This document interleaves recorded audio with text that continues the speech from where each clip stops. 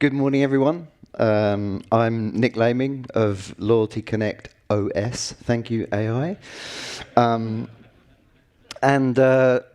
first hand over to my co-presenters to introduce themselves. Please. My name is Pavel Kutsenko, and the AI did pretty well, considering the last name. I am a director of loyalty at IBS Software. I started at Sabre maybe 20 years ago and worked in Sabre Decision Technologies, Sabre Consulting. Did some loyalty consulting in the airline space on my own, and joined IBS a couple of years ago. Wonderful. I'm Tiffany Funk. I'm the co-founder and president of PointMe. Oh, that's very loud. I will project less, which is a loyalty engagement enablement platform. I know most people don't know what that is, and in this space, all of those words can mean different things. So what we do with PointMe is we surface flights that are available using points across the ecosystem, across all programs to our customers. That allows our airline partners to surface their loyalty programs, promote the flights and the inventory that they are interested in displaying to a broad range of consumers, targeting different markets, getting more access to demographics that might otherwise be difficult for some of these programs to tap into. And then it supports our financial institution partners in being able to deliver the brand promise of their financial currencies, and to say, if you are earning points with your credit card, we are now making it possible for you to exchange those points into a program and drive that engagement and build that flywheel for loyalty.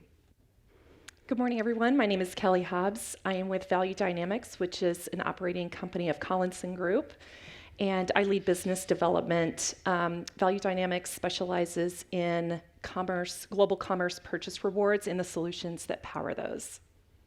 Very good. Thank you. I'm going to say a few words. We're going to talk about sustainability, and with all the best laid conference plans, we've decided to go a little off-piste and extend our topic, and not just talk about planetary sustainability, but also a bit on the sustainability of loyalty programs themselves. So we'll get onto that a little later. I did a bit of research into the topic so that I knew what to ask these guys, and unearthed a few facts, and I thought I'd share those with you now. So 40% of this problem, the sustainability problem, apparently comes from energy generators, 20% from industrial businesses, 20 to 25% from agriculture, forestry, and land use, and then aviation, which does get a pretty big bashing when it comes down to environmental concerns. 2 to 3% of CO2 emissions come from aviation. So it maybe is a bit of a surprise that it gets teed up and smashed quite as hard as it does. But nonetheless, we should take it seriously. And loyalty has also been singled out in aviation as a threat to sustainability of our planet, mainly because it encourages people to do things, take flights that they otherwise wouldn't normally do, and to fly more, and to fly in business class and intensive carbon footprint forms of travel. So I would challenge that from my perspective, in that I think that probably low-cost carriers have got more of a price to pay when it comes down to mass travel and the number of flights that are out there. And loyalty programs, according to some of the news articles, are incredibly successful at getting people to travel when they don't need to, as I mentioned. And one of the big points here is that people generally do it for status. They'll do status runs to that they don't normally need to do, and they'll take circuitous routes to earn more status points or miles. So I think we've already seen some innovation from companies like Status Match and from Collinson with a lounge program with Priority Pass, where you don't actually need to travel and take all of those crazy journeys in order to get some of the benefits of status. And we've seen other innovations like sustainable awards coming through. I would question whether points earning is really such a big driver of additional airline traffic. But that said, again, we've got solutions there in that you don't need to take extra flights these days to top up your miles or points, because businesses like points.com are providing a solution there. So we have got solutions that indirectly or directly contribute to reducing the carbon footprint and increasing the sustainability of airlines. But I thought I'd go back to agriculture. It's got nothing to do with loyalty. I just love this stat. In Romania, they've reintroduced 170 bison, buffaloes basically, into the environment. And apparently they are so good for the ecology by stimulating plant growth and securing carbon stored in the soil that those 170 animals reduce the carbon emissions by the equivalent of 43,000 US vehicles every year. I just found that staggering that cows get a bad rap when it comes down to carbon, and here are some wild ones doing good. Anyway, enough about that, and let's get on to the topic of loyalty and sustainability in loyalty. So I'll just throw it out to the three of you of what are some good examples of programs that have successfully embedded sustainability into their core rather than just being an add-on. I think one yesterday was highlighted by Luke Bondar with United Airlines. Along with United, Alaska Airlines, I think the airlines in general are paying closer and closer attention to corporate responsibility, have very lofty goals by some of Alaska Airlines, I think, by 2040. And in last year's conference, United noted by 2050, they want to have a very different story about sustainability. And I would encourage all of you to go to United's website. I was on the website yesterday, and if you go into the sustainability portion of their website, they have a really cool 30-second video, and it talks about everything from jet fuel, from banana peels to just lots of different things that we don't think about. And I was also doing my research on this because if you would have asked me, admittedly, if you would have asked me 10 years ago if sustainability would have been on my loyalty bingo card, I would have said no. But sustainability has been a topic for decades and decades, and I'm really excited about this conversation as it relates to the emotional ties that come inherently with loyalty, as we all know it here in the room, but the emotional ties of, get your bingo card out, Gen Z and millennials, with, they're coming up into the workforce, they're gonna be the ones buying flights and making these purchase decisions. And so that gets me excited about that. Sounds like United has a video for everything. We watched 2 videos yesterday. Presumably, we will be watching more of those videos on those screens as part of that kinetic thing, right? But I think there are not that many examples of good sustainability loyalty propositions, at least in airline and hospitality space. There's, like you mentioned, that something that is not superficial, something that's not add-on. It is superficial, it is add-on at this point. But there are examples, I think, a little bit more to the point than United even. Mm-hmm. And I would give 2 examples. One is Qantas Green Tier and Etihad Airways Conscious Choices.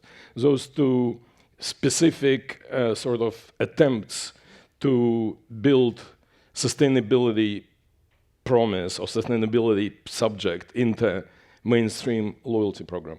I would say, to your point of loyalty, sort of frequent flyer programs generating that bad, reputation, etc. And it's very difficult to this switch to revenue-based accrual. It's becoming more difficult to do status runs, and it's expensive. And also, as everybody is talking these days about, expanding beyond flying and everyday accrual, etc. It's possible to earn status without stepping your foot on the plane, apparently. So that's by itself not a big deal. But going back to Qantas and Etihad examples, and Qantas is actually a customer of ours, of IBS. So we're very proud to enable that sustainability initiatives that they came out with. And going back to some of yesterday's conversation, technology being sort of the foundational necessity of loyalty, but also enabler of innovation, we feel that we helped Qantas to get where they wanted. But for those of you who are not familiar with Qantas Green Tier, it's basically you can get Green Tier on top of your just regular standard platinum, gold, whatever, if you do certain sustainable sort of activities. For example, if you, again, buy offset, which I know to you it's a superficial thing, but they claim that in total they managed to offset a lot of emissions. We're talking about a very large number.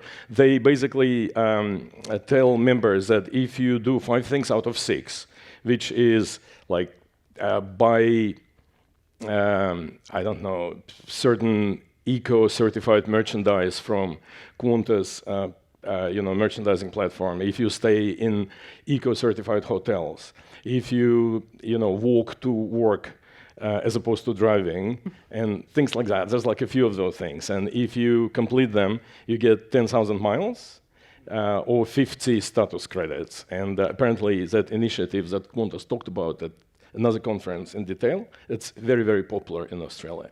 So that's an example of, I believe, good sort of use of sustainability in airline loyalty. Yeah, that feels right to me, and I agree with both that. It's actually surprising to me that it's really only Qantas that has pushed that. When you see all of these programs, for the most part, are awarding more miles for non-flying activity, and are driving consumer behavior in so many other ways. It is a bit surprising that no one is giving you miles or status points for putting solar panels on your house, or those types of things, right? Other than Qantas. So it's pretty minimal. We have seen some programs, especially the European programs, that have that connectivity option, linking their programs with their local rail lines, right? So if you're taking the train, somebody's connected with your ticket, you can earn points through that. And I think there's little incremental things that are happening, but I agree, it's not embedded. We're in crawl, walk, run right now, and I do agree with you. It's not a fully integrated solution per se. It's adding charitable donations to the reward selection. It's plant a tree, but I may be jumping ahead a little bit, but we're nowhere near that I'm seeing a fully integrated solution where these behaviors can be tracked, the analytics are there. So I think we'll get there, but we're not there right now. I wonder whether we will get there, actually, because I think one of the challenges is that we're dealing with humans and human nature, and possibly one of the reasons why these programs are more add-ons is that, and it brings a bit of a smile to my face thinking about Etihad promoting take less luggage. When is Mark here? Mark Ross Smith. He posted on LinkedIn about traveling in the suite, which has a double bed in it, and things like showers with tons of water on planes. It really does challenge my belief in whether this is not just sort of window dressing over the top. Well, and part of it, I think, gets back to your initial point that when you look at the scope of the problem, which is a global problem and something we all have to deal with the consequences of, the aviation sector is very small. The loyalty piece of that is minuscule, and even the individual consumer, footprint and their choices are pretty marginal. So we are talking about efforts at the edges overall. It doesn't mean they don't matter. Like, they're still important. This is a chip away at it kind of problem. But, Yeah, and again, to put it in context, I think China is responsible for maybe 30% of carbon emissions. The US, 14, 15%. So if you have a 10% improvement in China, that wipes out the entire impact of aviation on the world. So we should send them some buffalo. yeah, more bison. Yeah, more ruminids. They're working on that up in Siberia. It's very interesting, but maybe later we can talk about that for anyone who finds that fascinating. And that sort of leads me on to another question about, have you come across situations, or have you seen where there's been a genuine demand from the target audience as opposed to it being pushed on to customers? You mentioned that the old adage of, I remember we always used to have a charity contribution. You could redeem your points for charity, and everyone thought, oh, that's fantastic. Nobody ever redeemed their points for charity because they all wanted to fly business class to London. Mm-hmm. So do you think there is a genuine demand from the target audience that we're talking about, or do you think it's push? I think this ties into some of the conversations yesterday, and I think that, for instance, we work with financial services globally, and there are lots of different credit card portfolios.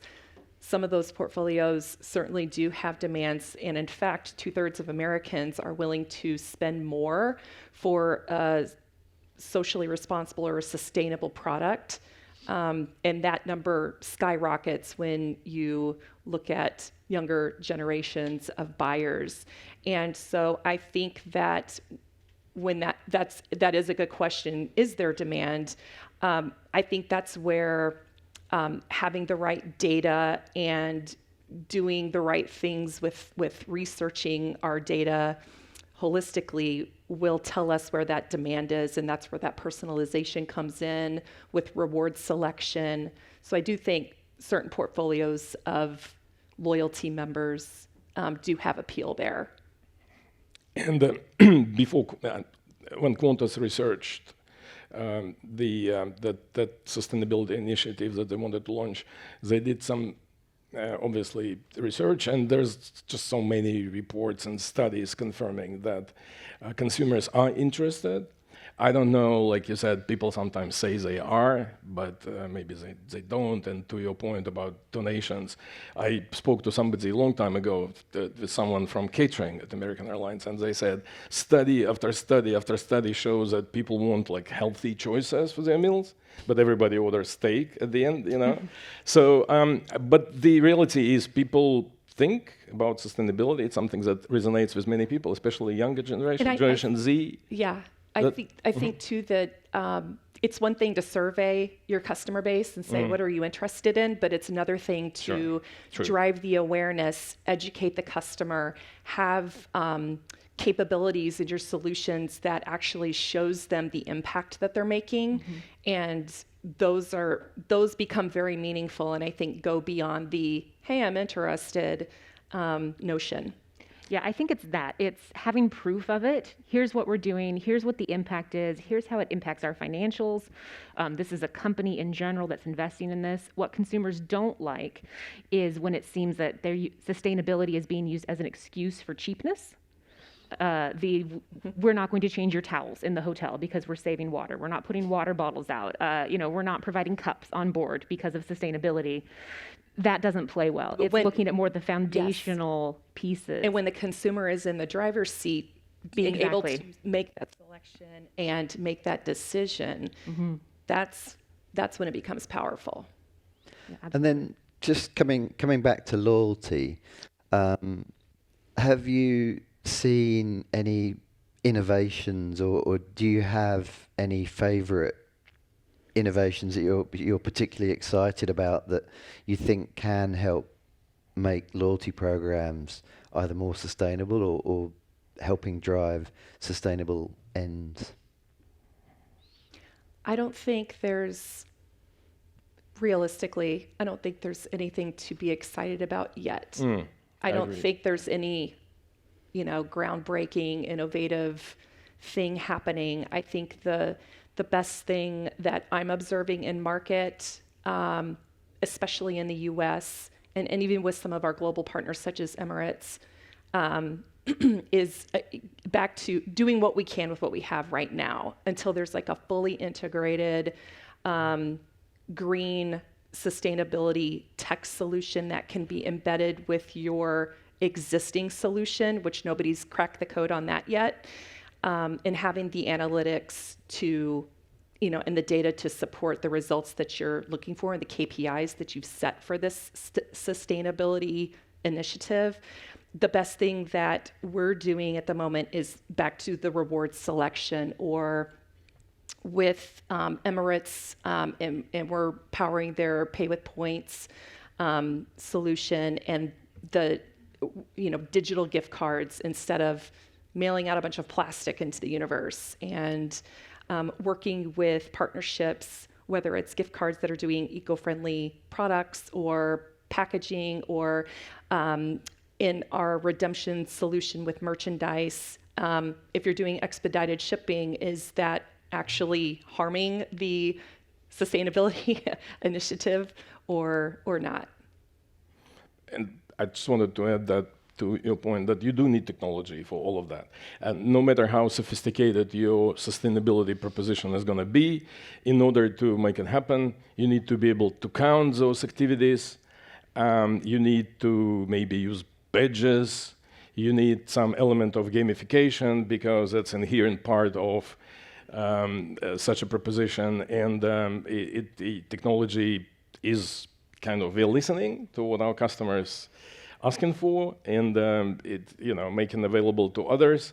So it's an essential part of this. We are just starting, but hopefully eventually.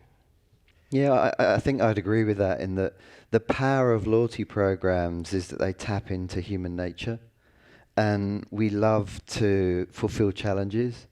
We love to get things that other people don't get, and we like getting stuff for free. And For sure that, yeah.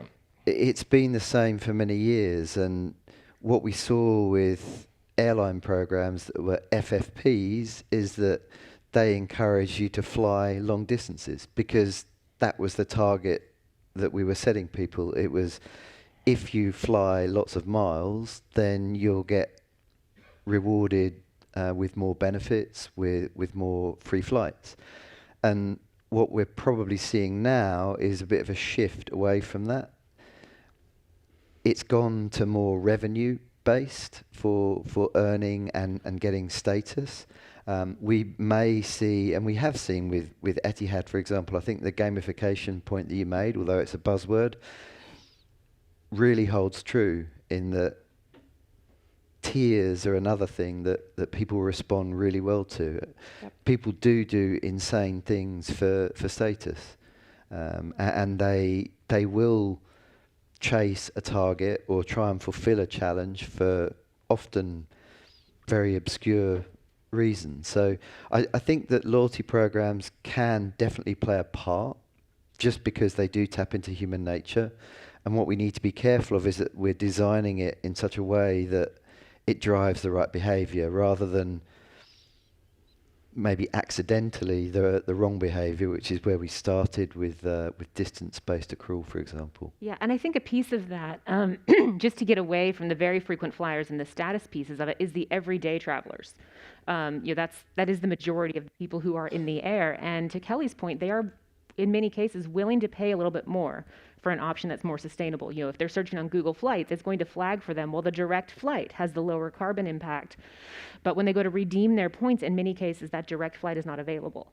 And that's one of the things where these programs that have dynamic pricing, it would behoove you to make it possible to say you can have the direct flight. It's a few more points. It's your green option. Because there are families who will say, okay, so I can only get 3 tickets for my family rather than 4, but that's still a 75% savings on this holiday trip. And now, to your point about the emotionalness and the irrationality of loyalty, I now have this great redemption experience. I have great brand affinity. I feel like this brand helped me in making a wise travel choice. I feel more ethical about it, and everyone wins. There's a way to leverage the tools we already have as well. And we've just about run out of time. So thank you. Thank you. Thanks.